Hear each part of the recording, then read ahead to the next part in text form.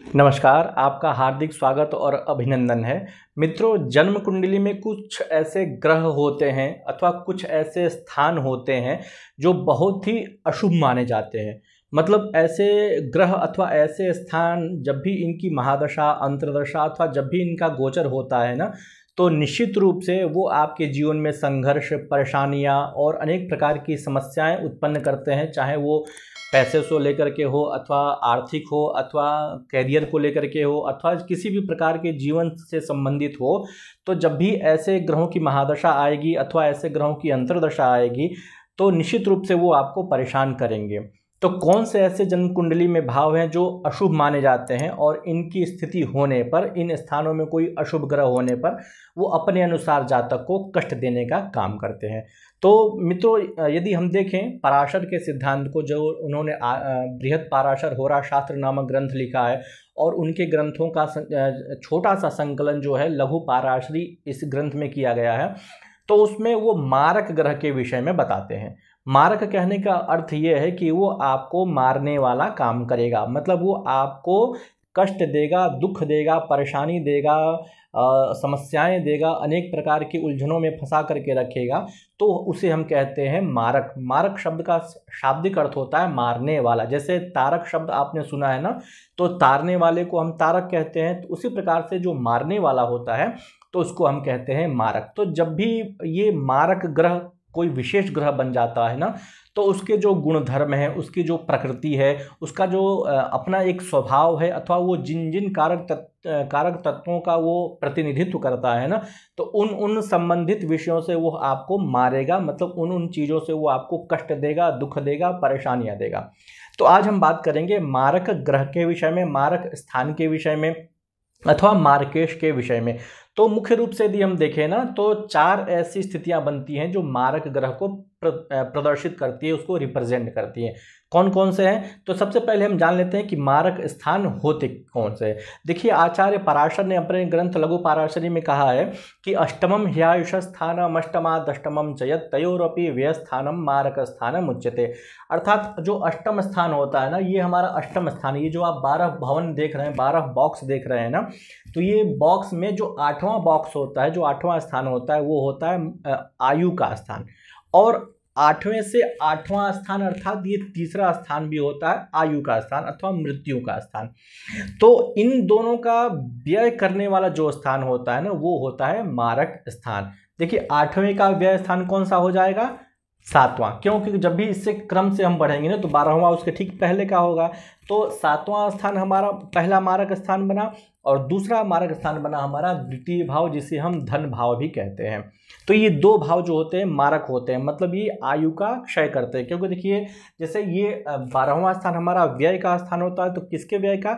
शरीर के व्यय का होता है। तो ठीक उसी प्रकार से जो ये 7वां भाव है और ये दूसरा भाव है, ये हमारे आयु का व्यय करता है। देखिए, जब भी हम परेशानियों में रहेंगे, जब भी हम कष्ट में रहेंगे, संघर्ष में रहेंगे ना, तो धीरे धीरे धीरे हमारी आयु क्षीण होती है, कम होती है। तो ये द्वितीय स्थान और सप्तम स्थान को हम कहते हैं मारक स्थान। क्यों? क्योंकि ये आयु का क्षय करता है।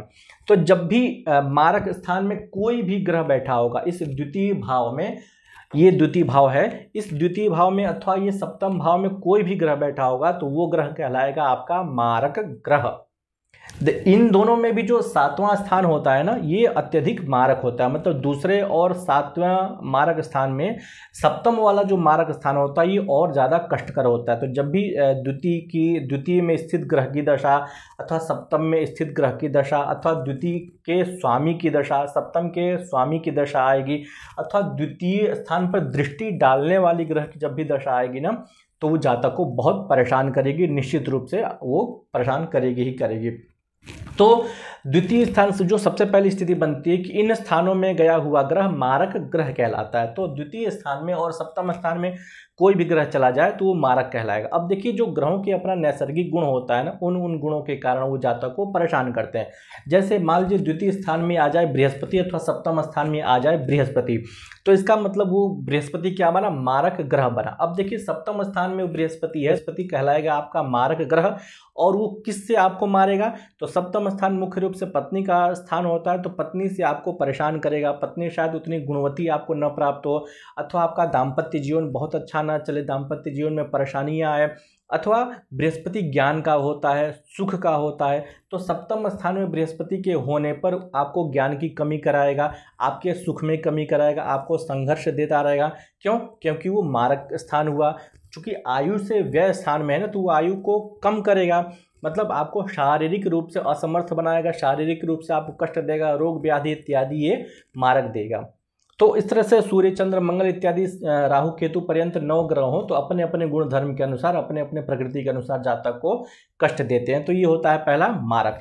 अब देखिए, अब इन स्थानों में पड़ी हुई राशि का जो स्वामी होता है ना, वो होता है मार्केश, मतलब उसको कहते हैं मार्केश। और ये दूसरा होता है, जैसे पहला मारक स्थान में पड़ा हुआ ग्रह मारक कहलाएगा, और इन स्थानों में गई हुई राशियों का जो स्वामी होता है वो कहलाता है मार्केश। तो मार्केश बहुत तो खतरनाक माना जाता है। जब भी मार्केश की दशा अंतर्दशा आती है ना, तो व्यक्ति की आयु की हानि होती है, आयु का क्षय होता है, मतलब उसका आयु समाप्त होता है, रोग व्याधि में वो फंसा रहता है। तो जैसे मान लीजिए यहाँ पर द्वितीय 2 राशि लिखे हैं, वृषभ राशि लिखे हुए हैं, तो इसका स्वामी बना शुक्र। तो शुक्र की जब भी महादशा अंतर्दशा आएगी ना, तो वो आपको परेशान करेगा। शुक्र चूंकि संपत्ति का, वैभव का, सुख का, धन का, इन स्थानों का होता है, तो उससे वो आपको परेशान करेगा। द्वितीय स्थान धन का होता है, तो जब भी द्वितीय स्थान के स्वामी की दशा, द्वितीय स्थान में बैठे हुए ग्रह की दशा आई, तो आर्थिक रूप से तो निश्चित रूप से आपको परेशान करेगा ही करेगा।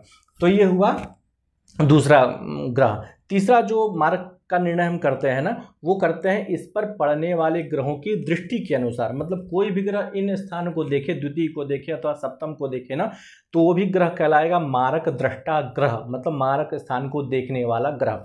तो देखिए, सप्तम स्थान यदि हम लग्न में कोई ग्रह माने ना, सूर्य चंद्र इत्यादि माने, तो ये सूर्य चंद्र भी देखेंगे सप्तम स्थान को पूर्ण दृष्टि से देखेंगे। जैसे बृहस्पति की विशेष दृष्टि होती है 5-9, मंगल की 4-8, शनि की 3-10 जो विशेष दृष्टि होती है, वो भी यदि इन स्थानों को देखे तो निश्चित रूप से वो मारक बनाएगा ही बनाएगा। जैसे अष्टम स्थान, जैसे द्वितीय स्थान हो गया, द्वितीय स्थान मतलब अष्टम स्थान 1, 2, 3, 4, 5, 6, 7, तो अष्टम भाव में कोई ग्रह पड़ा हुआ है, तो वो भी ग्रह मारक ग्रह कहा जाएगा। क्यों? क्योंकि वो मारक स्थान को देख रहा है। तो अष्टम स्थान का ग्रह तो और अत्यधिक प्रबल मारक माना जाता है, क्योंकि एक तो अष्टम स्थान आयु का ह्रास वाला स्थान है, और ऊपर से वो मारक स्थान को भी देख रहा है, तो ऐसे में प्रबल मारक की स्थिति बन जाती है। तो तीसरा होता है कि मारक स्थान पर ग्रह की यदि दृष्टि पड़ रही है, तो वो ग्रह कहलाता है मारक। जो चौथा होता है, चौथा माना जाता है शनि को अत्यंत प्रबल मारक माना जाता है। जो सूर्य से लेकर के राहु पर्यंत, केतु पर्यंत जो ग्रह होते हैं, उसमें शनि को अत्यंत मारक कहा जाता है। और ऐसा आचार्य ने कहा है कि मारक ही सह संबंधान नियंता पाप कृत शनि अतिक्रम्य तरान सर्वान भवत्येव संशय। मतलब मारक ग्रह के स्वामी के साथ मारक स्थान में अथवा मारक स्थान पर शनि का संबंध बन जाए ना, तो वो और ज़्यादा प्रबल मारक हो जाता है, मतलब उसके गुणों को खींच करके वो स्वयं उसको अशुभ फल प्रदान करने लगता है। तो इन स्थानों पर शनि की दृष्टि हो जाए, शनि का संबंध बन जाए ना, तो वो और ज़्यादा मारक स्थिति को जन्म देता है। तो आपके भी कुंडली में जब भी द्वितीय स्थान के स्वामी की दशा, द्वितीय स्थान में पड़े हुए ग्रह की दशा, अथवा द्वितीय स्थान पर देखने वाले ग्रह की दशा अंतर्दशा आए, अथवा गोचर आए, अथवा सप्तम में भी यही स्थिति हो, तो निश्चित रूप से वह ग्रह आपको अपने गुण धर्म के अनुसार, अपने प्रकृति के अनुसार, अपने स्वभाव के अनुसार आपको कष्ट देने का काम करेगा। विशेष रूप से जब भी द्वितीय और सप्तम में यदि किसी के शनि चला जाए ना, तो वो शनि उसको आजीवन कष्ट देने वाला होता है, आजीवन दुख में, आजीवन संघर्ष में उसका व्यतीत होने वाला होता है। तो आपकी भी जन्म कुंडली आप स्वयं से अध्ययन कर सकते हैं कि आपके में कौन सा ग्रह मारक है, कौन सा ग्रह उसको देख रहा है, अथवा कौन से ग्रह के साथ बैठा हुआ है। तो उसके अनुसार उसकी दशा अंतर्दशा का आप स्वयं भी अध्ययन कर सकते हैं। आपको ये वीडियो कैसा लगा, आप जरूर अपना राय दीजिएगा। नमस्कार।